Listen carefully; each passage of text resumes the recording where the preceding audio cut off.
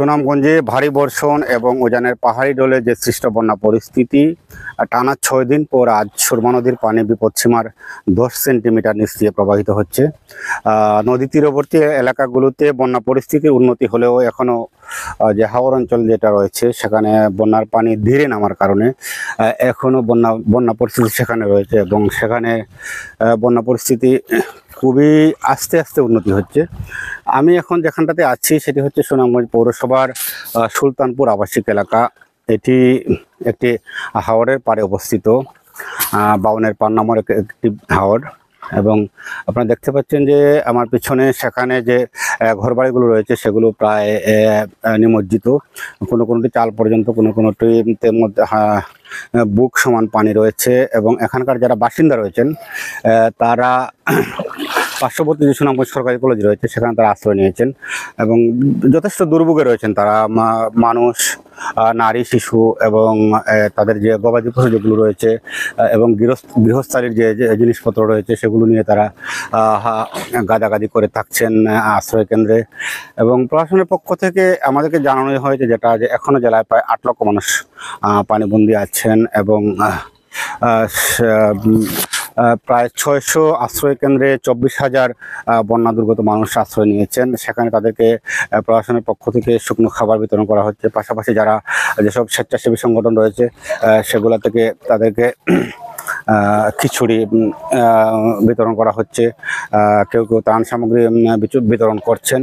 এই পরিস্থিতি থেকে উত্তরণ হতে আরও বেশ খানিকটা সময় লাগতে পারে, কারণ যেহেতু আমরা আগেই বলেছি যে হাওরের পানিগুলো খুবই ধীর গতিতে বাটির দিকে প্রবাহিত হচ্ছে। কারণ টানা যে বর্ষণ, প্রায় 10 দিনের টানা বর্ষণের কারণে জেলার প্রতিটি হাওর পানিতে টইটম্বুর হয়ে যাওয়ার কারণে বাটির দিকে পানি টানছে না, যে কারণে হাওরের পানিগুলো এক ধরনের স্থির হয়ে আছে। বন্যা নিয়ে যারা কাজ করেন, বিভিন্ন শ্রেণী পেশার যারা মানুষ রয়েছেন তাদের সাথে আমরা কথা বলেছি। তারা যেমনটা বলেছেন যে সুনামগঞ্জের বন্যা পরিস্থিতির জন্য মূলত দায়ী ভারতের মেঘালয়ের যে বৃষ্টিবহুল এলাকা চেরাপুঞ্জি, সেখানে অধিক বৃষ্টিপাতের কারণ সেই পানিগুলো সেখানে পাহাড়ি এলাকা হওয়ার কারণে সেই পানিগুলো সেখানে থাকে না। বৃষ্টির সাথে সাথে সেটা সমতলে অর্থাৎ ভাটির দিকে সুনামগঞ্জে নেমে আসে।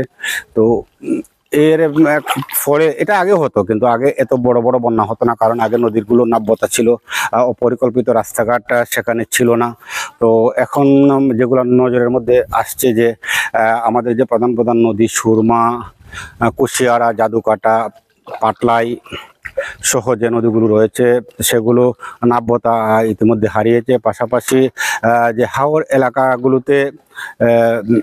এলাকাগুলোতে বেশ অপরিকল্পিতভাবে অনেক রাস্তাঘাট তৈরি হয়েছে, যেগুলো পানি প্রবাহের স্বাভাবিক যে পানি প্রবাহ সেখানে বাধা সৃষ্টি করছে, যে কারণে হাওরের যে পানিগুলো, বন্যায় যে পানি আসে উজান থেকে, সেই পানিগুলো বাটির দিকে নামতে সময় লাগে। তো গত পরশু এখানে পানি সম্পদ প্রতিমন্ত্রী এসেছিলেন। তিনি যেমনটা বলেছেন যে এই যে এখানকার যে ভূপ্রকৃতি যেটা রয়েছে সুনামগঞ্জের, সেখানে উজানে বন্যা হবে, হাওরগুলো ভরে যাবে এবং সেটা বছর বছর হবে। এবং এই যে পরিস্থিতির সাথে এখানকার যারা মানুষ রয়েছেন তাদেরকে খাপ খেয়ে চলতে হবে। সরকার যেটুকু করে দেবে সেটা হচ্ছে যে এখানকার যে নদ নদীগুলো রয়েছে সেগুলো তারা খনন করে দেবেন, যাতে পানিগুলো দ্রুত মাটির দিকে চলে যায়। তো মানুষ এমনটা প্রত্যাশা করছেন যে প্রতি বছরের যে তাদের যে ভোগান্তি, প্রতি বছর ঘর ছেড়ে আশ্রয় কেন্দ্রে আশ্রয় নেওয়া, ঘরের গৃহস্থালির মালামাল নষ্ট হওয়া, অর্থনৈতিকভাবে ক্ষতিগ্রস্ত হওয়া, সেই বিষয় থেকে তাদেরকে উত্তরণের জন্য সরকার একটা স্থায়ী ব্যবস্থা নেবে। এই ছিল সুনামগঞ্জ থেকে আমার কাছে বন্যা পরিস্থিতি নিয়ে সর্বশেষ। মাসুম হেলাল, বাংলা ভিশন, সুনামগঞ্জ।